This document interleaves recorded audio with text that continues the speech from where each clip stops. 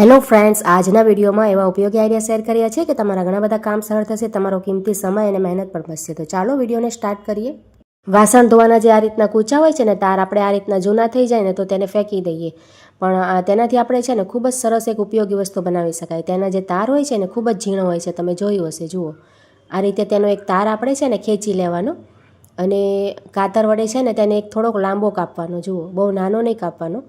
આ રીતના મેં કટ કરી લીધો છે, તમને બતાવું છું. જુઓ, આટલો લાંબો લેવાનો અને તે થોડુંક વળેલું હોય છે ને તો તેને આ રીતે આપણે કરશું ને, આંગળીથી બંને ખેંચશું ને તો એકદમ સીધો થઈ જશે. આ રીતે થઈ જાય ને પછી આપણે કોઈ પણ ઘરમાં એક જૂનું બટન પડ્યું હોય ને, જુઓ થોડુંક મોટું સાઈઝનું લે ને તો વધારે સારું. આ રીતે મોટું સાઈઝનું આપણે બટન કોઈ પણ જૂનું લઈ લેવાનું અને તાર છે ને તેને એક બટનના હોલમાં નાખવાનું એક બાજુથી અને બીજી બાજુથી તેને કાઢી લેવાનું. બીજું બાજુમાં પણ હોલ હોય છે ને તેમાંથી આપણે ફરીથી કાઢવાનું તેને. જુઓ તો આ રીતે આટી જેવું આવી જશે, એમાં પરોવાઈ જશે. જે તાર છે ને તેને પરોવી લેવાનું અને પાછળથી ખુલે નહીં ને, નીકળી ન જાય ને એટલા માટે તેને આ રીતે ફેરવવાનું. આપણે જેમ દોરાને ફેરવીએ ને એ રીતે વાયરને, તો આ રીતે ફેરવીને આપણે લોક કરી લેવાનું. એટલે કે જુઓ આ રીતના થઈ જશે, ખુલશે નહીં. આ બાજુ તમને બતાવું છું. જુઓ આ રીતે થઈ ગયું છે ને આ બાજુ આપણે જે આટી જેવું આવી ગયું છે. તો સરસ મજાની એક વસ્તુ બનીને તૈયાર થઈ છે. હવે આ પોળું છે ને તેને આપણે થોડુંક સાંકડું કરી લઈશું. હાથ વડે આ રીતે આંગળી વડે દાબીશું અને આ રીતે જુઓ તેને થોડુંક સાંકડું કરી લેવાનું. તો હવે તેનો ઉપયોગ બતાવું છું. આ રીતના આપણે ઝીણી સોયમાં ક્યારે પણ દોરો પરવવો હોય ને, હાથ સિલાઈની એકદમ ઝીણી સોય છે, તમે જોઈ શકો છો. તો આ ટૂલ વડે તમે એકદમ સરળતાથી દોરો પરોવી શકો. જુઓ એ તાર છે ને તેમાં આપણે સોયને નાખવાની, તો ખૂબ જ જલ્દીથી આવી જશે કેમ કે ઝીણો તાર હોય છે. તો જુઓ સોય આવી ગઈ છે. હવે એ તારમાં જ આપણે દોરાને નાખવાનું. જે પણ તમારે દોરો પરવો હોય ને જે કલરનો તે આપણે લઈ લેવાનો અને તારની વચ્ચે વચ્ચે આપણે આટી છે ને તેમાં નાખવાનો અને સોયને આ રીતે ખેંચી લેવાનો. તો ખૂબ જ સરળતાથી તમે દોરો કોઈની પણ મદદ લીધા વગર આ રીતે પરોવી શકો એકલા હોઈએ ત્યારે. અને આ જો તમે એક વખત બનાવી લેશો ને તો કોઈ પણ નાની મોટી સોયમાં ક્યારે પણ દોરો પરોવો હશે ને તમે તો ખૂબ જ સરળતાથી પરોવી શકો. સોય દોરાના ડબ્બામાં રાખી મુકાય. ત્યાર પછી જો આ રીતના આપણી પાસે સોય છે ને ઘણી બધી હોય છે, 3-4 તો નાની મોટી હોય છે, આપણે સીવવા માટે ઘરમાં રાખીએ જ છીએ. પણ આપણે તેને સાચવવા માટે છે ને આ રીતની કોઈ પણ જૂની બોલપેન હોય છે ને બાળકોની, તે ખલાસ થઈ ગઈ હોય ને તેવી આપણે લઈ લેવાની.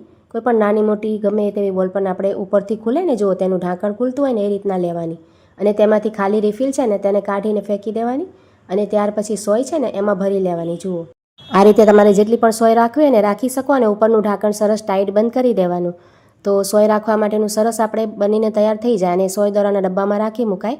અને આ રીતે ખોલી અને જ્યારે પણ કાઢવી હોય તો તમારે ઢાંકણ નહીં ખોલવું પડે. આ રીતે તેનું હોલ હોય છે ને રિફિલનું, તેમાંથી જ સોય નીકળી જાય. જુઓ એકદમ સરસ આઈડિયા છે, નાનો પણ એકદમ કામનો છે અને આ રીતે ફરીથી તેમાં ઉપયોગ થઈ જાય એટલે નાખી પણ શકાય.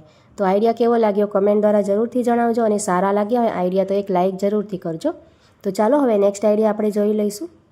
જ્યારે પણ આપણે આ રીતે દાડમ લઈ આવે પણ તેના બીજ કાઢવા હોય ને તો આપણને ખૂબ જ કંટાળો આવે, આપણે સમય અને મહેનત ખૂબ જ આપણી ખરાબ થાય. તો આજે તમને તેને છોલવા માટેની ખૂબ જ સરસ તેના દાણા કાઢવા માટેની આઈડિયા બતાવું છું. આ રીતે આપણે પહેલાં ધોઈ લેવાનું સરસ અને પછી તેનો ઉપરનો ભાગ છે ને બંને બાજુથી થોડોક કાપી નાખવાનું. જુઓ છરી વડે તમને કરીને બતાવું છું. આ રીતે તૈયાર થઈ જાય ને પછી આપણે તેને આ રીતે તેની સાઈડમાંથી તેને કટ લગાવવાના. જુઓ 3 થી 4 કટ લગાવી દેવાના. તો દાડમ સરસ છે ને ખુલી જાય આપણું.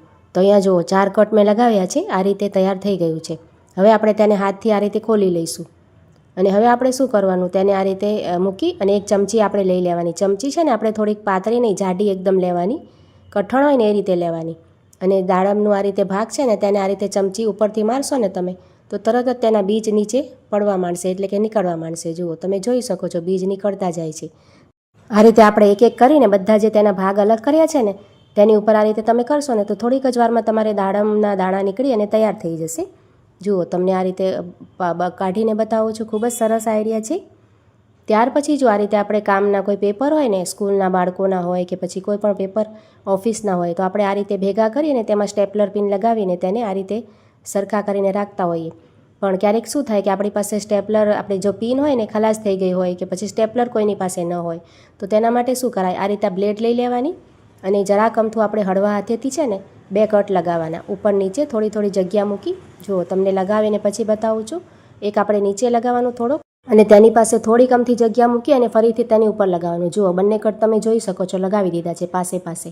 હવે આપણે આ ઉપરનો ભાગ જે નીકળ્યો છે ને તેને એ નીચેના કટ હોય ને તેની અંદર આપણે આ રીતે પરોવવાનું. તમે હળવા હાથે કરશો ને તો એની અંદર પરોવાઈ જશે. જુઓ, તમને કરીને પછી બતાવું છું તેનું રિઝલ્ટ.